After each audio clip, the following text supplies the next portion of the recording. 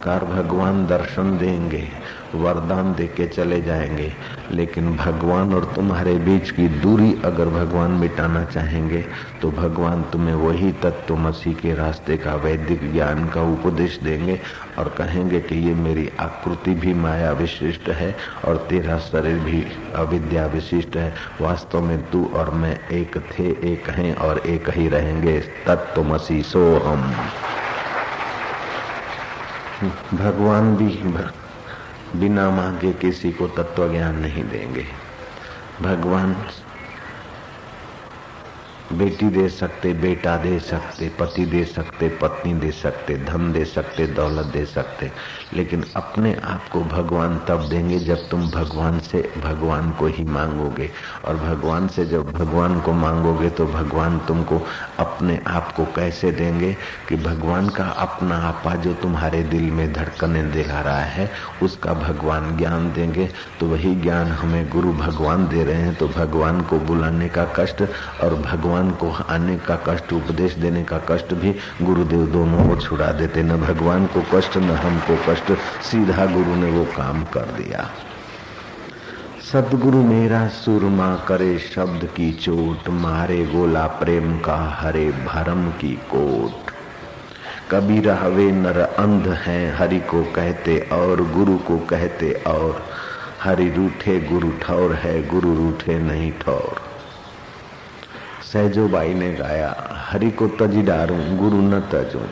भगवान ने तो हमको संसार में भेजा जीव बनाकर, काम क्रोध लोभ मोह मद मात्सर्य ये कचरा व्यवस्था के अनुसार देकर भेजा, लेकिन उस जीव में से ब्रह्म बनाने वाले गुरु हमारा काम क्रोध लोभ मोह मद मात्सर्य को बाधित करके, उनको नाथ कर, उनको कंट्रोल करके, नियंत्रित करके और अपने ब्रह्म पद में जगाने वाले गुरुदेव की हम महिमा क्या गाएंगे, कितनी गाएंगे।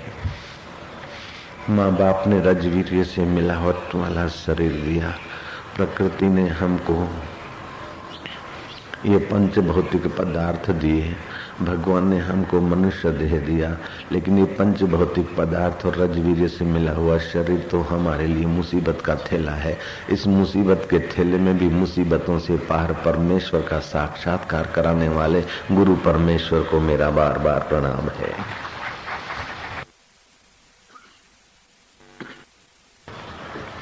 यह तन विष की बेलरी, ये शरीर विष की बेल है। जो कुछ बढ़िया कितनी भी चीज खाओ खाद बन जाता है, गंगा जल पियो पेशाब बन जाता है, मिठाइयाँ खाओ विष्ठा बन जाती है, और भी कुछ खाओ तो लीट थूक मूत्र और विष्ठा ही बनाता है शरीर।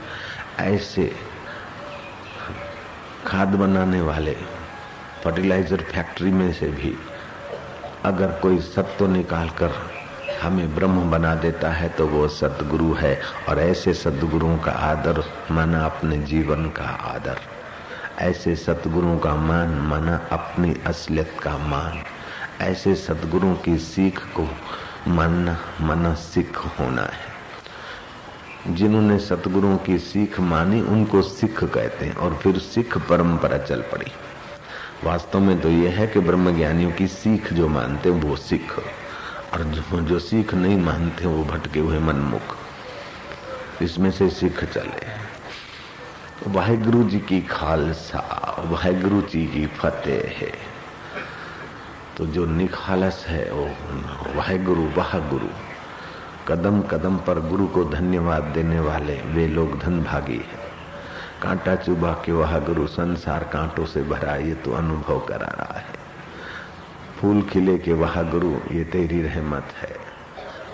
कदम कदम पर गुरु और भगवान को जो धन्यवाद देता है वो गुरु और भगवान के अनुभव को मानो अपनी ओर आमंत्रित करके आप ही गुरु और भगवान के अनुभव में प्रकट होता जाता है। तेरा भाणा मीठा लागे, तू जो दे रहा है मीठा है। तेरे फूलों से भी प्यार, तेरे कांटों से भी प्यार, चाहे सुख दे चाहे दुख दे, हमें दोनों है स्वीकार। क्योंकि देने वाले हाथ, देने वाला दिल, देने वाली मति और देने वाला जो देवता है वो मेरा गुरु देवता हमारा पूरा कल्याण चाहता है। भले हमें पता न चले फिर भी वो हमारा अकल्याण तो नहीं कर सकते। माँ बेटे का अकल्याण नहीं कर सकती, पिता बेटे का अकल्याण नहीं कर सकते। हो सकता है कि माँ बेचारी जीव दशा में है, पिता बेचारा जीव दशा में है, उनका अल्प ज्ञान अल्प अनुभव आवेश में आकर हमारा थोड़ा अकल्याण कर भी बैठे, लेकिन गुरु का पूर्ण ज्ञान, भगवान का पूर्ण ज्ञान है। भगवान जानते कि जीव पराया नहीं है, मेरा स्वरूप है। आप अपनी उंगली का अकल्याण नहीं कर सकते, आप अपनी आंख का अकल्याण नहीं कर सकते, आप अपने गले का अकल्याण नहीं कर सकते। भले गले पर मलहम लगाते, उंगली को आप ऑपरेशन करवा देते, आंख में आप कुछ ड्रॉप डाल देते हैं, लेकिन अकल्याण की भावना से नहीं डालते हैं। कल्याण ही कल्याण। आंख तो प्राकृतिक है, ये शरीर तो पंच भौतिक है। ना समझी से इनका अकल्याण हो सकता है, लेकिन तुम्हारा आत्मा प्राकृतिक नहीं है, परम पुरुष है, और गुरु का आत्मा परम पुरुष है, उसमें अकल्याण की गुंजाइश ही नहीं है।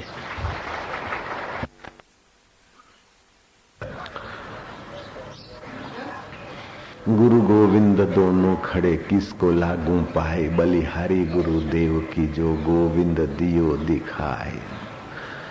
गुरु बिना भवनिधि तरही न कोई, चाहे बिरंची शंकर सम होई। तुलसीदास जी कहते हैं, चाहे ब्रह्मा जी जैसा सृष्टि पैदा करने की शक्ति क्यों न हो किसी व्यक्ति में, और शंकर जैसा प्रलय करने का सामर्थ्य क्यों न हो, लेकिन जब तक गुरु कृपा, गुरु तत्व का ज्ञान, गुरु के अनुभव हमारे हृदय में नहीं उड़ेलते, तब तक संसार सागर से, जन्म मरण से ये जीव तर नहीं सकता, पार नहीं हो सकता है।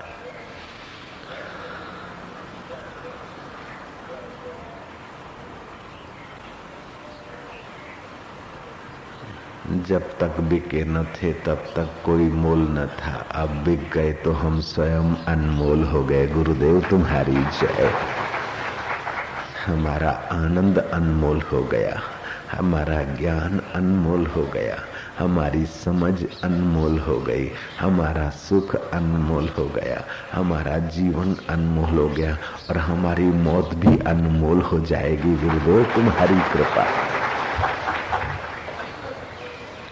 जब तक बिके न थे तब तक कोई मोल न था, और जब कदमों में बिक गए तो अनमोल हो गए। ये सूत्र मुझे बहुत प्यारा लगता है, अच्छा लगता है, इसलिए बोल लिया। तो आप मानो ये कोई जरूरी नहीं है। नारायण नारायण, लेकिन बिना माने तुम रह भी नहीं सकते। जयराम जी की नारायण नारायण नारायण नारायण। हरि ओम।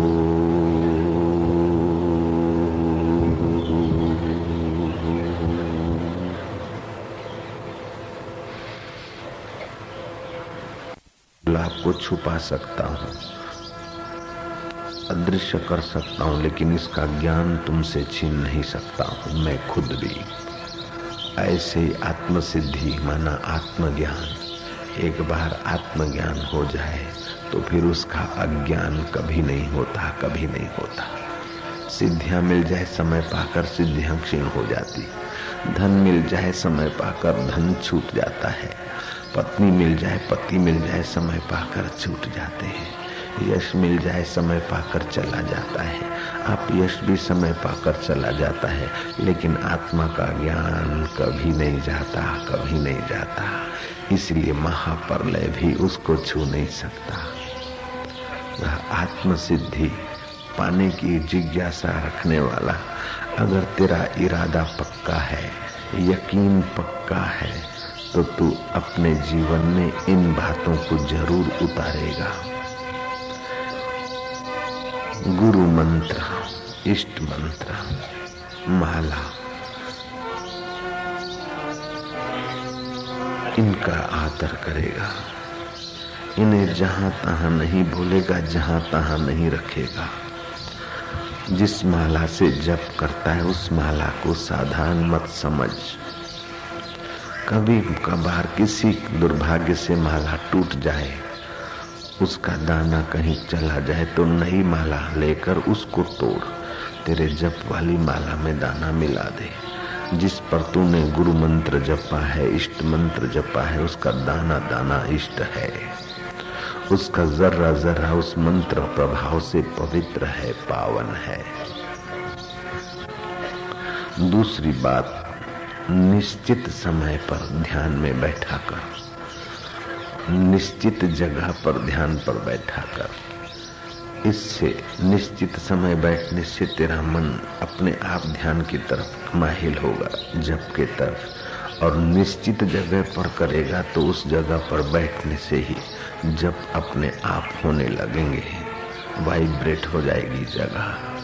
अगर निश्चित जगह नहीं मिलती, मुसाफरी में अपना नियम कर लो, लेकिन घर में ऐसी एक जगह बना लो कि वहाँ जप ही करना है, ध्यान ही करना है, संसारी कचरा पट्टी वहाँ नहीं जानी है। ऐसा कमरा बना दे। हिमालय में कौन सी गुफाओं में तुम जाओगे?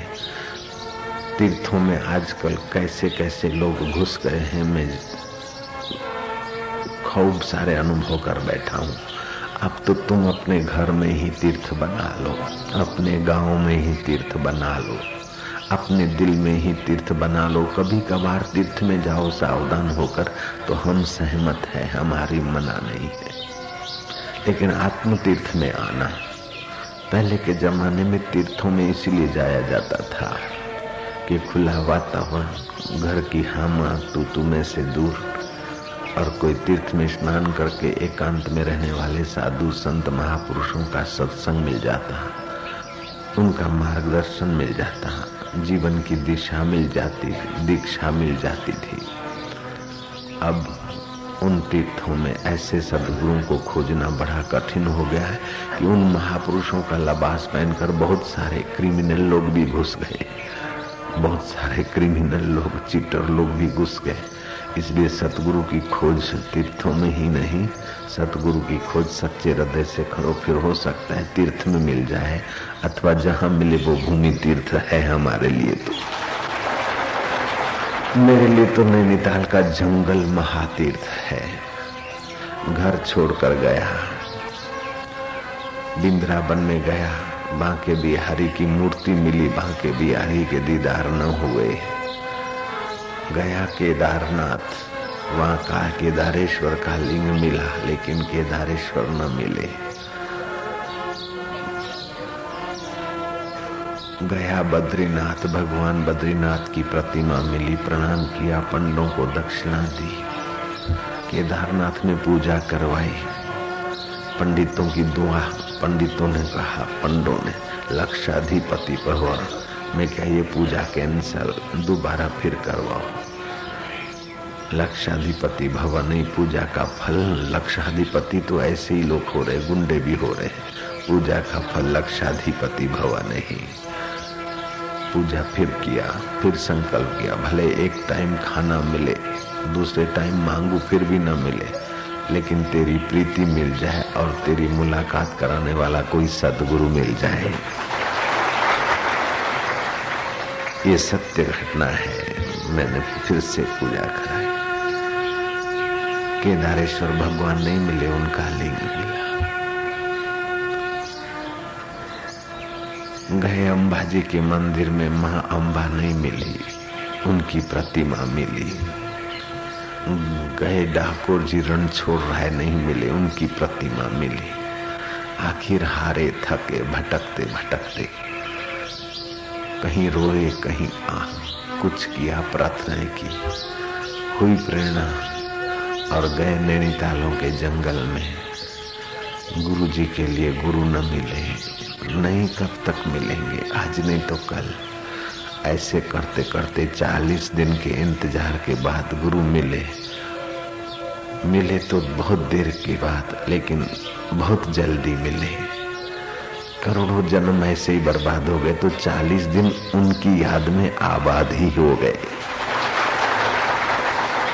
मिले नैनीताल के जंगल में वो गुरुदेव। उनकी आज्ञा 30 दिन उनके चरणों में रहे, नजदीक से उनके दर्शन होते थे। उनका व्यवहार, उनकी समझ, उनकी निष्ठा कैसी है, उनका विनोद और ज्ञान कैसा है, उनकी आंखों से क्या अमृत बरसता है, नजदीक से महसूस करने का अवसर आया। जब तक नहीं बिके थे तब तक कोई मोल न था, और हम बिक गए, उन चरणों में अनमोल हो रहे हैं। गुरु आज्ञा ही केवलम। गुरु जी ने कहा जाओ घर पर रहो, आज्ञा मानकर घर पे आए, लेकिन वो गुरु कृपा, गुरु अमृत की प्यास घर पे कब तक फंसने देगी। एकांत कमरा था, अकेली कुटिया थी, कमरा छोटा मोटा, भजन ध्यान करते, लेकिन तूफान मचा। चले गए नर्मदा के किनारे, रूखे सूखे चने धोकर चबा लेते, पड़े रहते नदी किनारे, करते अनुष्ठान। जब करते करते करते करते नियम पूरा करते करते रात के 12 बज जाते, खूब थके रहते। छछूंदर, वो छछूंदर फूंक मारते मारते पैरों के तलवे चाट जाते, चमड़ी खा जाते, पता नहीं चलता। फिर किसी साधु ने बताया कि तुम्हारे पैर ऐसे, कि मैं क्या पता, रेते पे चलता हूँ, बालू पे होता होगा। बोले नहीं, फलानी कुटिया तुमको किसी ने दी है, वहां छछूंदर बहुत है, वही तुम्हारे पैर काट के खा जाते हैं। लेकिन मौत जब पूरा शरीर खा जाएगी तो भजन के लिए थोड़ा कुछ जो भी होता है होने दो, कोई फिक्र नहीं। મફતમાં નથી મળતા રે સેવા સંતપણા मनवा, મફતમાં નથી મળતા। हम परमात्मा के लिए जितने रोए होंगे उतना तो तुम जीवन में हंसे भी नहीं होंगे यारो। दुनिया के लोग जब आराम से अपने सोफा पर लेटते और बैठते थे, कीट पतंग भी अपने अपने बिल में, घोंसलों में, पशु पक्षी भी आराम करते थे। उन रातियों में हम जगे थे, हम रोए थे कि तू कैसे मिलेगा, गुरु कृपा तू कैसे बरसेगी, गुरु का हृदय कैसे बरसेगा, गुरुमय जीवन कैसे बनेगा। रात रात रोते थे, आहें भरते थे, और वो सारा रोना सार्थक हो गया, सारी आहें सार्थक हो गई। करोड़ों जन्म का रोना और करोड़ों जन्मों की आहें उस साधना के छोटे से 40 दिन के पीरियड में पूरी हो गई। हम अनमोल हो गए। गुरुजी फिर कहाँ हैं, पता लगाया चिट्ठियां डाल डाल के, और गुरुजी जहाँ एकांत में ठहरे थे फिर वहां पहुंचे। बस वह पहली मुलाकात। दिन को 9 बजे पहुंचे और दोपहर के 2:30 बजे घर में घर दिखा दिया उस घर के स्वामी ने। आसोद सुद 2 दिवस संबत 20 की, सगुरुवर संबत 20 मध्याह्न 2:30 बजे मिला ईश से ईश, मध्याह्न 2:30 बजे मिला ईश से ईश। देह सभी मिथ्या हुई, जगत हुआ निसार, गुरुवर जगत हुआ निसार। हुआ आत्मा से तभी अपना साक्षात्कार, हुआ आत्मा से तभी अपना साक्षात्कार। परम स्वतंत्र पुरुष दर्शाया, जीव गया और शिव को पाया। जान लिया हूँ शांत निरंजन, लागू मुझे न कोई बंधन। यह जगत सारा है नश्वर, मैं ही शाश्वत एक अनश्वर। दीद है 2 पर दृष्टि एक है, लघु गुरु में वही एक है। सर्वत्र एक किसे बतलाए, सर्वव्याप्त कहाए जाए। अनंत शक्ति वाला विनाशी, रिद्धि सिद्धि उसकी धाते। सारा ही ब्रह्मांड पसारा, चले उसकी इच्छानुसार। यदि वह संकल्प चलाए, मुर्दा भी जीवित हो जाए। हरि ओम हरि ओम हरि ओम हरि ओम हरि ओम हरि ओम हरि ओम हरि ओम हरि ओम हरि ओम हरि ओम हरि ओम हरि ओम। ब्राह्मी स्थिति प्राप्त कर, कार्य रहे न शेष। गुरुवर कार्य रहे न शेष। मोह कभी न ठग सके, इच्छा नहीं नवलेश। मोह कभी न ठग सके, इच्छा नहीं नवलेश। पूर्ण गुरु कृपा मिली, पूर्ण गुरु का ज्ञान। गुरुवर पूर्ण गुरु का ज्ञान।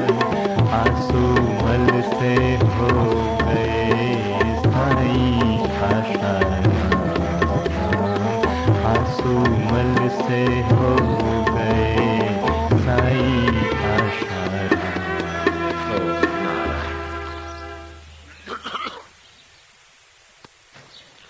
कुतर्क के द्वारा गुरु को नहीं जाना जा सकता है, तर्क के द्वारा भी गुरु को नहीं जाना जा सकता है। तर्क के द्वारा भगवान को, गुरु को या गुरु मंत्र को नहीं पहचाना जाता।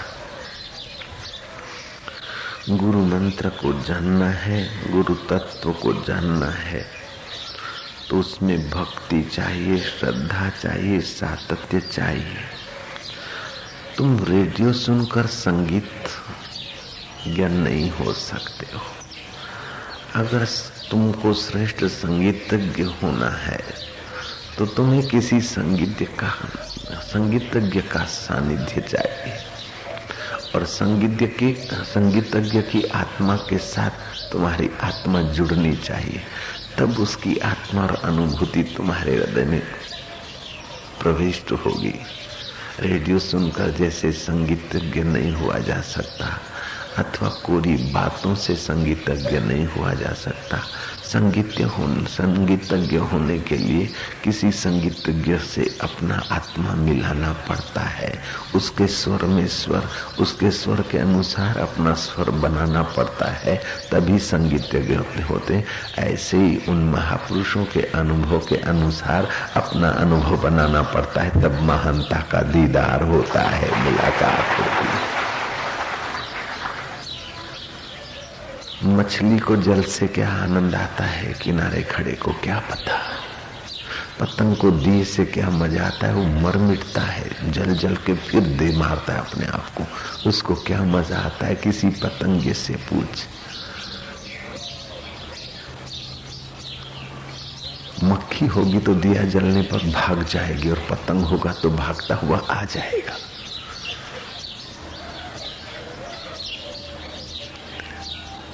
भगवान की भक्ति से क्या मिलता है, किसी भक्त से पूछ।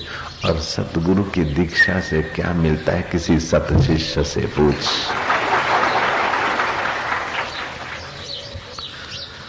तो जब दीक्षित हो, गुरु मंत्र मिले, तो इन 12 बातों को ठीक से समझ लेना चाहिए। एक बात तो इष्ट मंत्र और माला, उसका आदर हो, माला का और इष्ट मंत्र गुप्त रखें। दूसरी बात, निश्चित समय पर, निश्चित जगह पर ध्यान, भजन और नियम करें। सुव्यवस्थित आसन होना चाहिए, विद्युत का अनकंडक्ट, हम जब भजन ध्यान करेंगे तो एक प्रकार की सात्विक ऊर्जा, सात्विक बिजली हमारे शरीर में प्रकट होती है, जो वात पीत कफ के दोषों को दूर करके हमारे शरीर को स्वस्थ और मन को प्रसन्न रखने में काम करती है। लेकिन भजन करते हैं और अर्थिंग मिले ऐसे आसन पर बैठकर करते हैं तो वह हमारी विद्युत अर्थिंग में नष्ट हो जाती है। 12-12 साल 20-20 साल से लोग भजन करते हैं, नंगे पैर तप करते हैं। ठीक है, धन्यवाद दे देंगे, हमें कोई घाटा नहीं, कोई टोटा नहीं धन्यवाद देने का, लेकिन पूर्णता का अनुभव नहीं होता। इसलिए बिखरान को ध्यान में दें, बिखरान पर ध्यान रखें। हमारी साधना की ऊर्जा, साधना की शक्ति बिखरे नहीं। तो आसन ऐसा होना चाहिए। युद्ध के मैदान में कृष्ण ने आसन की बात नहीं छोड़ी। चैलाजी न कुशोतरम तत्रैव एकाग्रह मनः कृत्वा यत् चित्तेन्द्रिय क्रियाः उपविश्यासने योगो भवति दुःखः। ऐसा आसन होना चाहिए। चैला, जीन, कुशा आदि बिछा के, अभी कुशा नहीं मिलती है तो और कुछ बिछा दिया, उसके ऊपर कंबल बिछा दिया, उसके ऊपर सफेद कपड़ा बिछा दिया, लेकिन सफेद कपड़ा धरती को टच न करे। अर्थात गर्म कपड़ा होगा तो अनकंडक्ट हो जाएगा, प्लास्टिक होगा उसके ऊपर, और कोई कंबल बम्बल या आसन होगा और शरीर को लगे भी नहीं और बहुत ऊंचा भी न हो, सुकोमल हो, ठीक से हो। और कभी कभी उसी आसन पर लंबे पड़कर 2 मिनट शवासन कर सके, अथवा लेटे लेटे 2 मिनट, लेटे लेटे ज्यादा देर भजन नहीं करो, नहीं तो फिर नए नए साधक को सपन दोष की तकलीफ हो सकती है। इसीलिए 2, 5, 10 मिनट लेटे फिर बैठ गए। दृढ़ साधना हो जाएगी तो भगवान नारायण की नहीं लेटे लेटे भी योग समाधि में रह सकते। मैं घंटों भर रहता हूँ, रात को भी उसी में रहता हूँ। जय राम जी की। नींद की जरूरत होती तो नींद हो जाती है, बाकी का वही हो जाता है। इसीलिए बहुत कुछ बांटने के बाद भी खजाना खाली नहीं होता, खूब भरता रहता है, खूब बढ़ता रहता है, भरता रहता है, बढ़ता रहता है। जय राम जी। नारायण हरि। ये सारी बातें महापुरुषों के निकट रहने से, उनके अनुरूप होने से, वो धैर्यवान कैसे हैं, उनमें सामर्थ्य कैसे है, उनमें प्रसन्नता कैसी, उनमें निश्चय बल कैसा है, और वस्तु और व्यक्ति को परखने की कला ही ये कैसे, कहाँ से आई, ये सब उनके साथ जब आत्मीयता होती है, उनके साथ सच्चा हृदय का भाव जुड़ता है। और जब कछु काल करे सत्संगा, कुछ समय रहे और सत्पुरुषों का संग करे, तभी ये चीजें मिलती है। कोई ढेर रुपए लेकर बाजार में जाओ और चलो खरीद के आओ ब्रह्म ज्ञान, सूचनाएं मिल सकती है, ब्रह्म ज्ञान की पोथी मिल सकती है, लेकिन ब्रह्म ज्ञान का अनुभव तो ब्रह्म ज्ञानियों के चरणों में ही मिलता है, और जगह कहाँ मिलेगी। तो तीसरी बात यह कि हमारा आसन ऐसा होना चाहिए कि विद्युत का अनकंडक्ट, अर्थात अर्थिंग न मिले, ऐसा आसन। चौथी बात, हम आसानी से बैठ सके। खिलौने कोई गुड्डे होते, कोई कुछ होते, कोई कुछ, खूब देखा। और जापानीज गुड्डे तो हिलते डोलते भी, आंखें भी घुमाते, होता है ना। होंदा से कि नहीं होंदा से, जापानीज टोय आती है ना, और रिमोट कंट्रोल के कार भी तो चलती है जापानी, हवाई जहाज भी चलते, हमने चला के देखे हवाई जहाज रिमोट कंट्रोल, और कार भी इधर लाए थे, वो भी चला के देखी। तो कई खिलौने होते जापानी। तो खिलौनों की बड़ी दुकान पे गया सरदार, देखते देखते देखते देखते उसका मन एक जगह टिक गया, कोने में कोई कुर्सी पे कुछ दिखा उसको। वो बोलता है लूंगा तो यही गुड्डा लूंगा। बोलो कितने पैसे? सेल्समैन बोलता है कौन सा? बोले वो सामने कोने पे जो कुर्सी पे पड़ा है गुड्डा, वही लूंगा। सेल्समैन ने कहा चू, वो तो दुकान का मालिक है।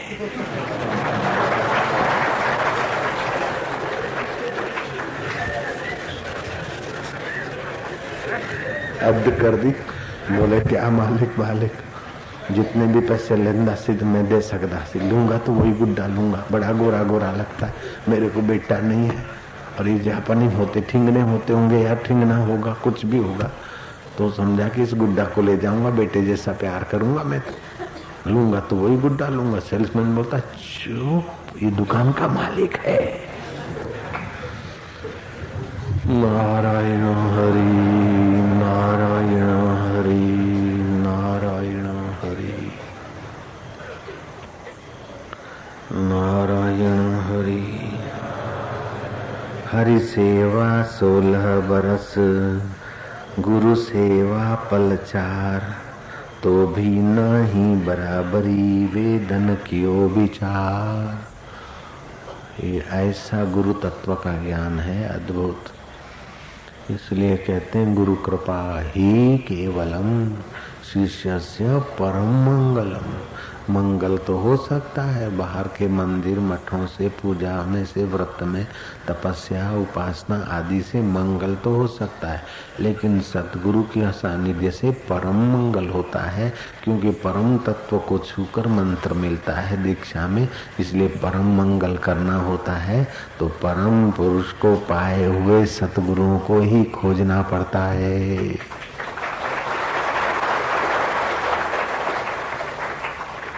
विशाल धारा में बहते चले आए, काल के अथाह धारा में कई जन्मों के संस्कार हैं और कई प्रकार की सुषुप्त रुचियां हैं। अब किस किस को पूरा करे और किस को काटे, ये मनुष्य के वश की बात नहीं। और कौन से देव को, कौन से मंत्र को, कौन सी साधना को पकड़ ले, ये साधारण जन समाज के वश की बात नहीं। और सबकी दीक्षा एक जैसी भी नहीं होती, सबका मंत्र, क्योंकि कोई सीधा नरक से आया है तो कोई सीधा स्वर्ग से आया है, तो कोई सीधा अगले जन्म की साधना करता हुआ आया है, तो कोई सीधा पशु योनि से आया है। इसलिए एक ही कुटुंब के 2-4 मेंबरों का अलग अलग स्वभाव होता है। कोई भक्त होता है, सज्जन होता, तो उसका भाई या उसकी बहन बिल्कुल विपरीत होती है। अब मीरा को तो इतना रंग लगा कि उसके कुटुंबी तो देखो तो बिल्कुल अलग दिशा। इसीलिए साधक को साधना करने के लिए, मंत्र चुनने के लिए अपने ढंग से अगर चुन भी लिया तो थोड़े दिन उस पर चलेगा और फिर मन वहां से उसको भगा ले जाएगा। दूसरे की किसी की प्रशंसा सुनेगा, अपने मंत्र में, अपने साधन में संदेह कर देगा, वहीं रह जाएगा। फिर वो सुनेगा, फिर वो करेगा, फिर वो उसका भी, उससे भी कोई कहीं का बताएगा तो फिर वो छोड़ के वो करेगा। तो ये तो ऐसा हुआ जैसे किसान एक जगह थोड़ी खुदाई करे 10 फीट, पानी आएगा कि नहीं आएगा संदेह हुआ, फिर दूसरी जगह करे 12 फीट, फिर वहां भी नहीं निकला तो चलो तीसरी जगह करो 14 फीट, फिर चौथी जगह करो 15 फीट, 5वीं जगह करो 17 फीट, 6ठी जगह पे करा 18 फीट, और 7वीं जगह पे कुआं खोद रहा है, अभी तक पानी नहीं निकला, 19 फुट गहरा गया, माथा कूट रहा है। अरे 17, 15, 13 ऐसा करके इस पूरे का पूरा एक जगह लगता तो बहुत बहुत गहरा जाता और पानी पाता।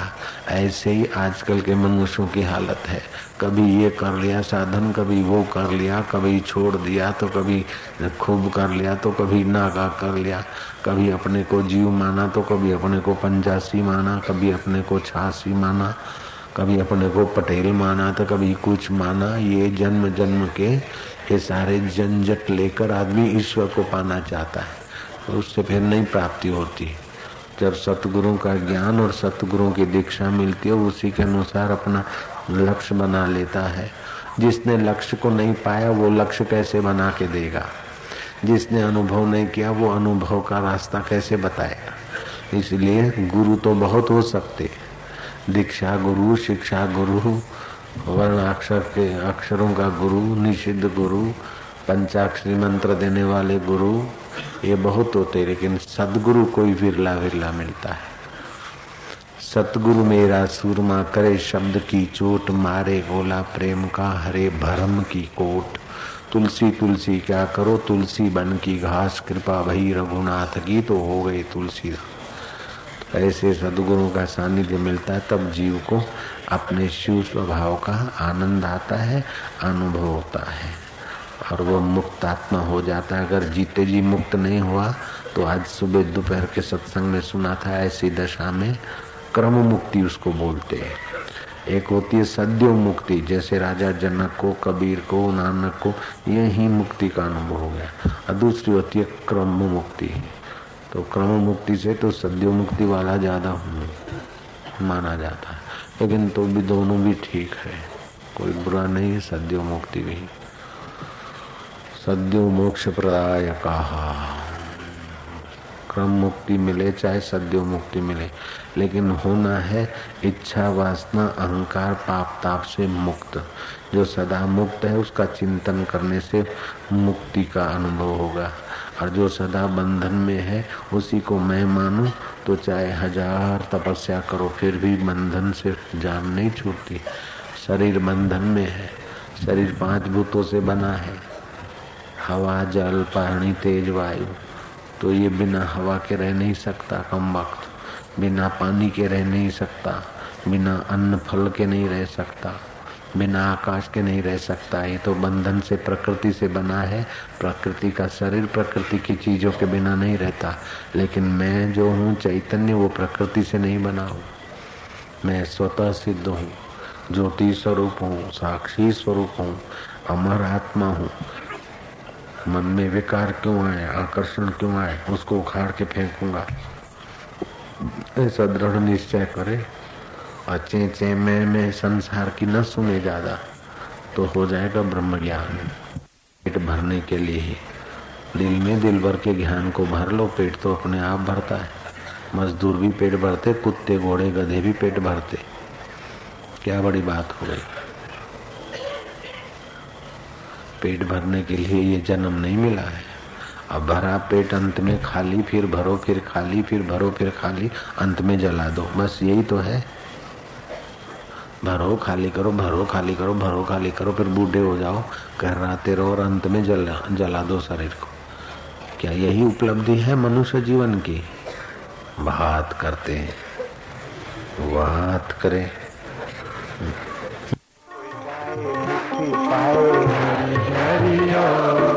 जो कोई गाए भक्ति पाए, हरि हरि ओम। ब्रह्मा गाए नारद गाए, हरि हरि ओम। मोटेरा में गूंजा नाम, हरि हरि ओम। भाबर तपते गूंजा नाम, हरि हरि ओम, हरि ओम।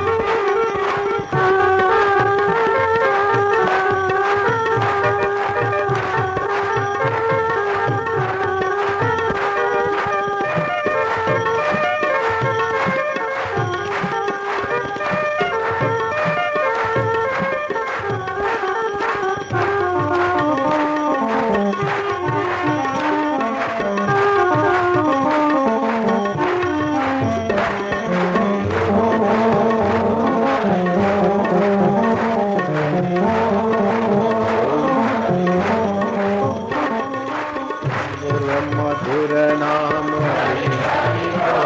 ओम मुनि मनोरंजन भव भय भंजन ओम कलिमलहारन भव जगतारण ओम पतित पावन नाम ओम आनंद आनंद नाम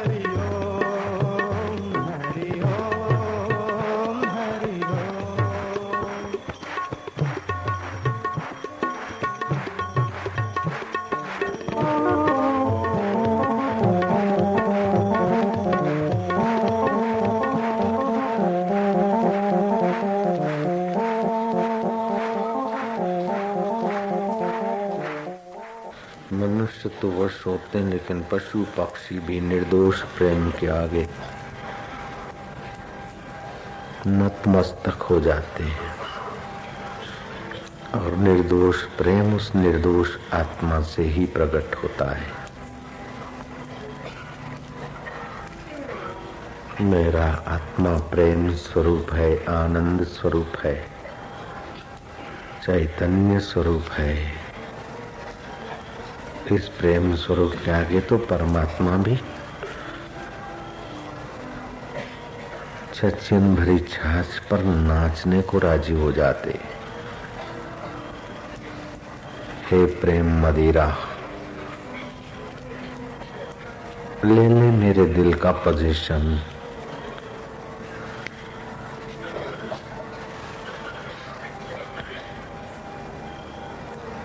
प्रेम पति हाथ तब लिखूं जब पिया हो परदेश। तन में मन में जन में बन में वाको क्या संदेश।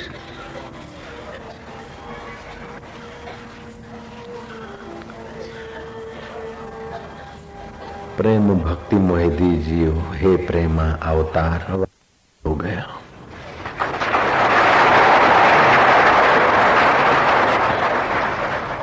जब तक बिके न थे तो कोई मोल न था। तूने खरीदा मेरे गुरुदेव तो मैं अनमोल हो गया।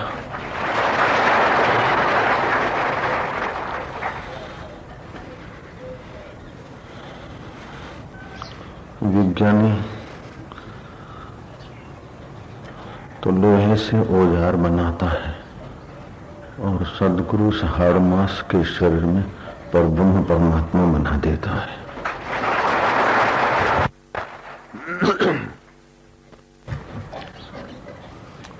उन महापुरुषों के सानिध्य से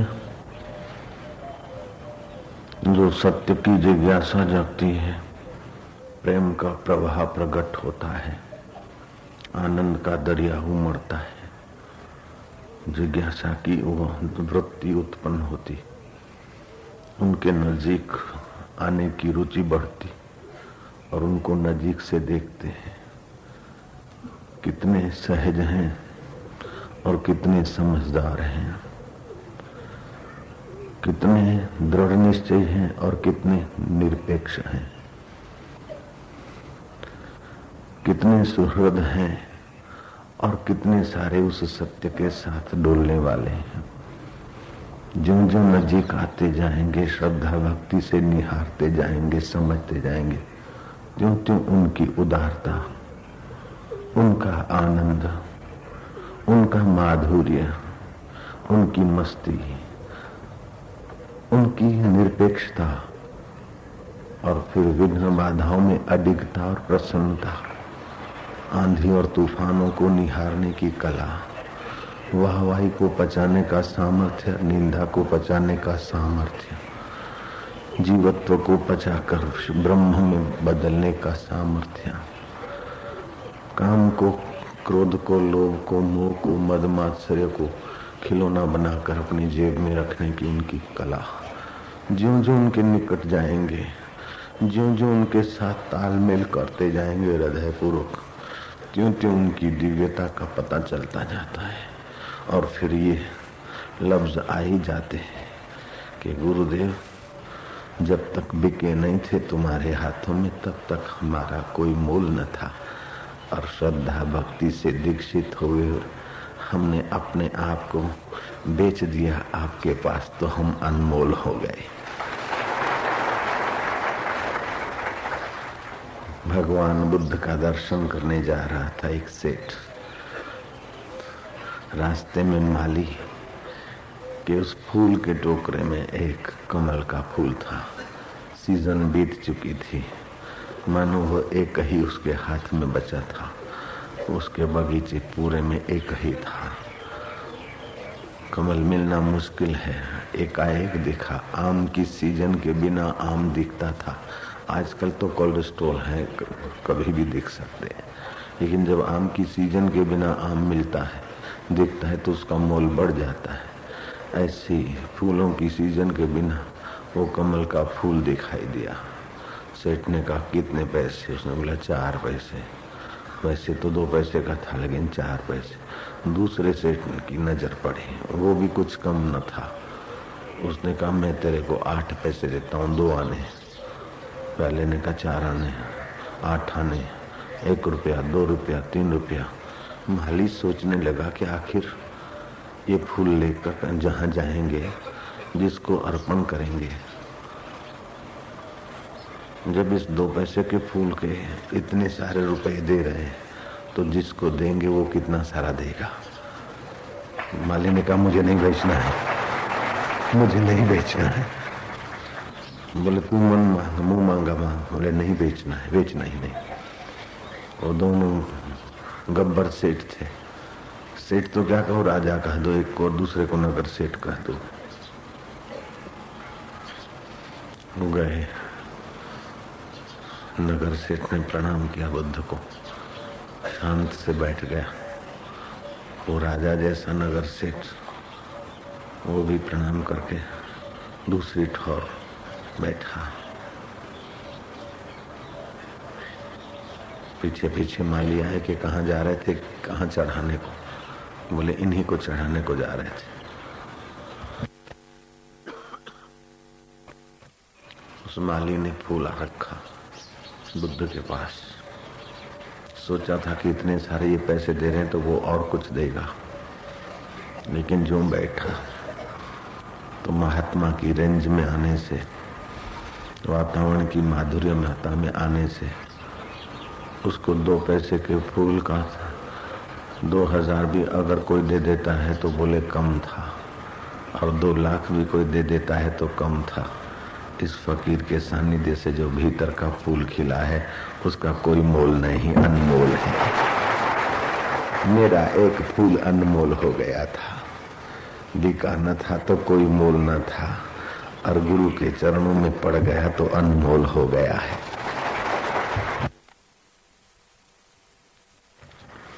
दीक्षा के पूर्व हमारे मन का कोई मोल न था। चाहे जहाँ भटक जाए, चाहे जो खा बैठे, चाहे जो पी बैठे, चाहे जो बोल बैठे, और चाहे जो तुच्छ लक्ष्य बना बैठे, लेकिन मैं जब सतगुरु के पास गया,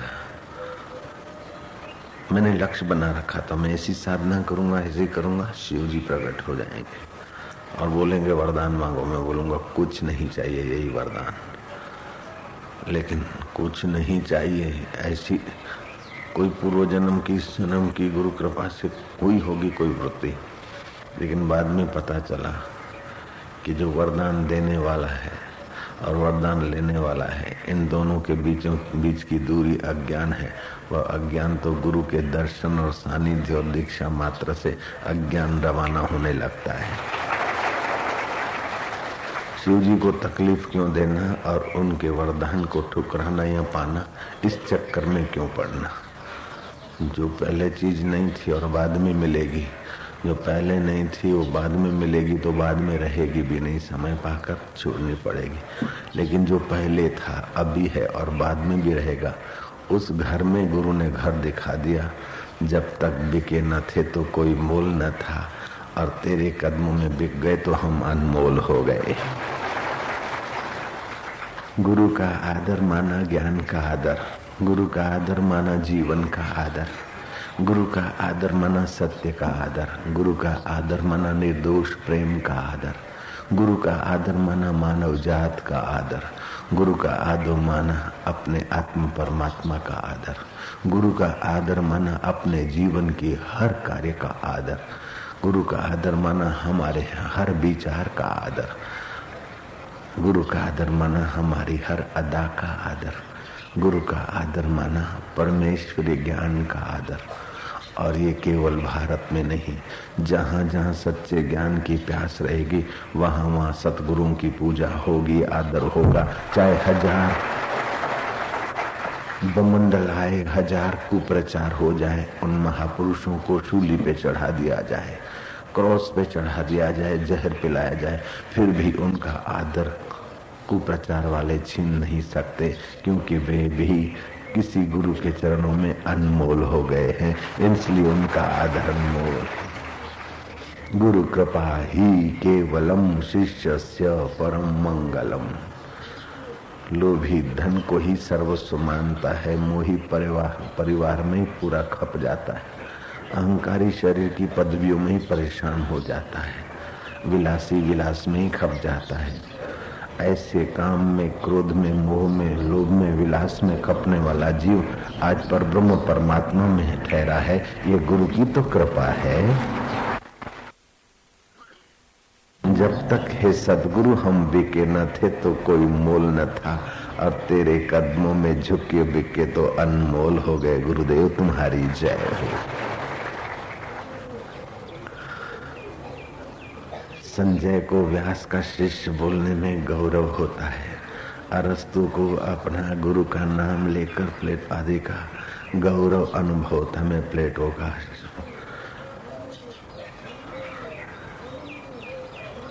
पहले तो यही पहचान होती थी, सर्टिफिकेट तो बाद में चले, प्रमाण पत्र, ताम्र पत्र, प्रमाण पत्र। पहले तो यही प्रमाण पत्र था कि इस आदमी को ये काम सौंपते, भाई तेरा गुरु कौन है? मेरे गुरु जी फलान है। हाँ, ये आदमी उन गुरु का शिष्य है। ओके, बात पूरी हो गई। ये प्रमाण पत्र था, किस गुरु के पास ये घड़ा गया है, किस गुरु के पास ठहरा हुआ है रहा।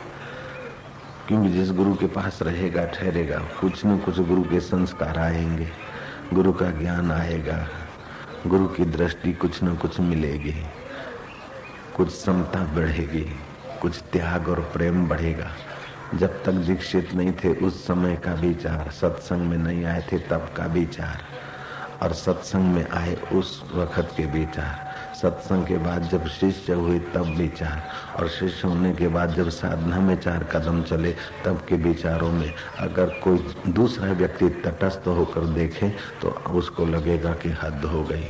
कारीगर तो लोहे में से हसिया बनाता है, विज्ञानी लोहे में से सूक्ष्म यंत्र बनाता है, लेकिन ये हाड़ मांस के शरीर में परब्रह्म परमात्मा का सुख बनाने वाले सतगुरु होते हैं। ऐसे सतगुरुओं का जितना आदर करें उतना कम है, ऐसे सदगुरुओं का सानिध्य जितना लें उतना कम है। ऐसे सदगुरुओं को समझने के लिए अपनी नासमझी प्रकट करें उतना ही कम है।